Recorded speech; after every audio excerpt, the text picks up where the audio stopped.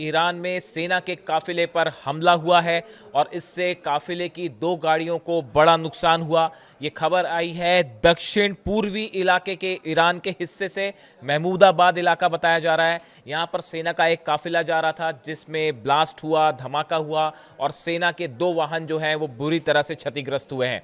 देखिए, ये इन हमलों के पीछे किसका हाथ है ये आप सब जान सकते हैं। और ये 20वां धमाका है। अगर हम पिछले 10 दिनों की बात करें तो ये 20वां धमाका है जिसमें ईरान को निशाना बनाने की कोशिश की गई है। और जिस तरह से खबरें आ रही हैं, ये कहा जा रहा है कि इन धमाकों के पीछे मोसाद का हाथ है और मोसाद ने ये धमाके करवाए हैं। लेकिन इसके साथ ही 2-3 बड़े डेवलपमेंट है। देखिए, जब से ये धमाका हुआ मैं इसको फॉलो कर रहा था कि क्या इसमें क्या चीज़ें निकल के आती हैं और आप तक सटीक जानकारी पहुंचाई जाए।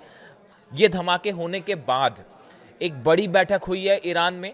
ईरान की सेना के जितने बड़े अधिकारी थे वो इस बैठक में शामिल हुए। देखिए, अब से पहले जितने भी धमाके हुए हैं ईरान में, वो धमाके ऐसे हुए हैं जिसमें सीधे तौर पर सेना को निशाना नहीं बनाया गया। वो एक मॉल में धमाका होता है, बंदर अब्बास में एक बिल्डिंग में धमाका हुआ।